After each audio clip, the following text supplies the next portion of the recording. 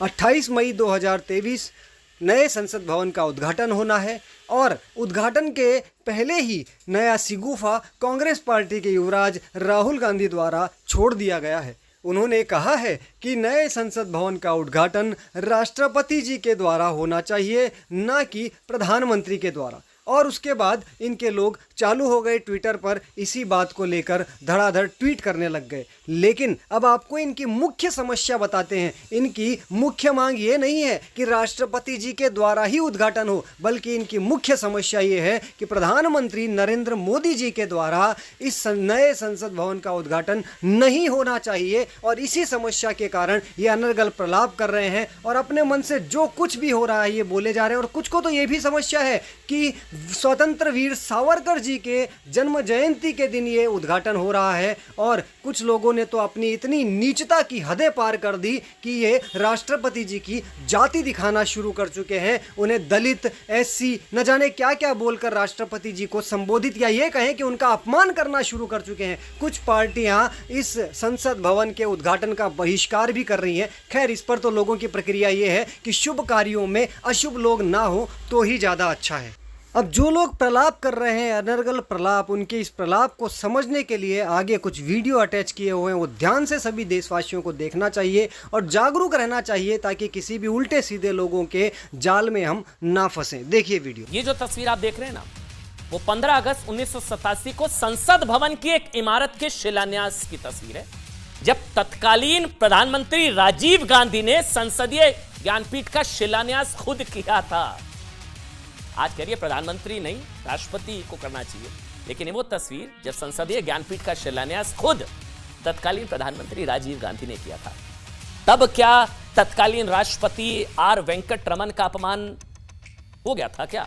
इतना नहीं, मतलब संसद भवन में बड़े निर्माण काम का जो कार्य है वो 1970 में भी हुआ था, जिसकी आधारशिला तारीखों के साथ बता रहा हूं। 3 अगस्त 1970 के दिन तत्कालीन राष्ट्रपति वीवी गिरी ने रखी थी, लेकिन इमारत का उद्घाटन किसने किया सोचिए? 24 अक्टूबर 1975 में तत्कालीन प्रधानमंत्री इंदिरा गांधी ने किया। क्या वो तत्कालीन राष्ट्रपति का अपमान था? तब किसी ने सवाल नहीं उठाया, क्योंकि तब शायद देश में आपातकाल लगा हुआ था। आप सोचिए, जैसे कूटनीतिक सफर पर निकले प्रधानमंत्री कोई अपने निजी हित साधने के लिए नहीं गए, वैसे देश का नया संसद भवन सिर्फ बीजेपी का या प्रधानमंत्री नरेंद्र मोदी का प्राइवेट संसद भवन नहीं है। इसमें कांग्रेस के भी सांसद बैठेंगे और दूसरे विपक्षी दलों के भी।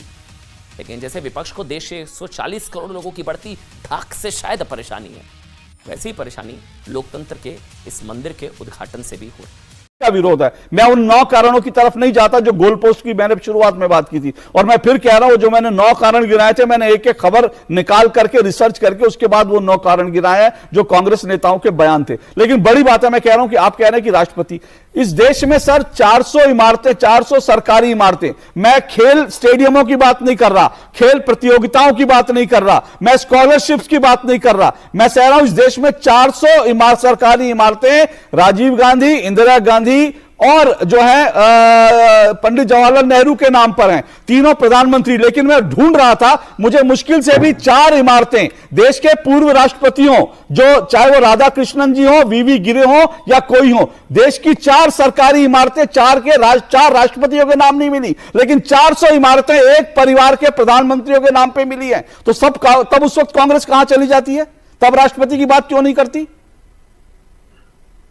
आज वो सवाल नहीं है अशोक जी। सर सवाल ये है कि जो ये क्यों नहीं है सर? आज सवाल है कि अच्छा भाई, एक बात है, ये बहुत दलित और आदिवासी की सम्मान की बात करते हैं, चिल्लाते बहुत है, शोर बहुत मचाते हैं।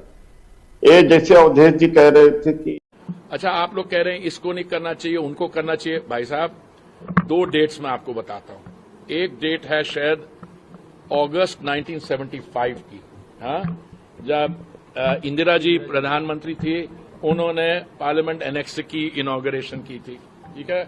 दूसरी डेट है जहां तक मुझे याद आता है 87 की, 15 अगस्त 87 में राजीव जी जब प्रधानमंत्री थे, उन्होंने पार्लियामेंट लाइब्रेरी की। तो आप मेरे को ये बताइए, आपको अगर संविधान के कॉन्स्टिट्यूशन के आर्टिकल पढ़ने आते भी नहीं, इन्होंने 2-3 आर्टिकल गलत कोट किए है। जब मैंने उनको बोला, मैंने कहा एक 1 आर्टिकल डील्स विद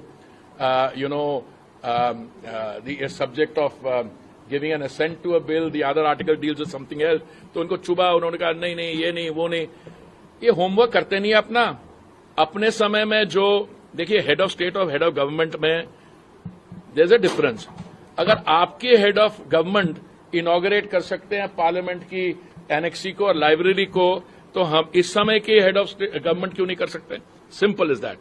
मुझे लगता है कि ये this was a very poor attempt at creating a diversion. हाँ जी,